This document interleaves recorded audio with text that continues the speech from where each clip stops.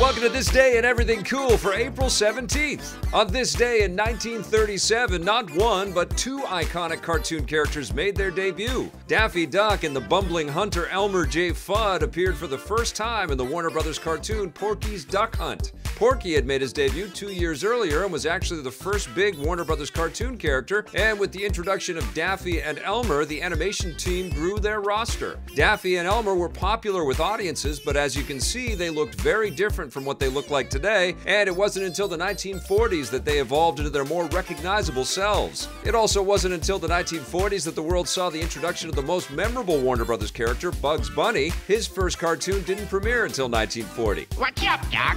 On April 17, 1987, a different kind of animated franchise found its way to video games. The original Fist of the North Star game was released on the NES in Japan, although it wouldn't find its way to North America for another 2 years. The game was based on the Japanese manga and anime franchise of the same name, and similar to other NES games like Double Dragon, it was a side-scrolling beat-em-up with players punching and kicking their way through enemies. It was one of the first big video games based on a manga or anime property, and it also helped introduce newcomers, particularly Westerners, to the franchise for the first time. Dozens of other Fist of the North Star video games have followed.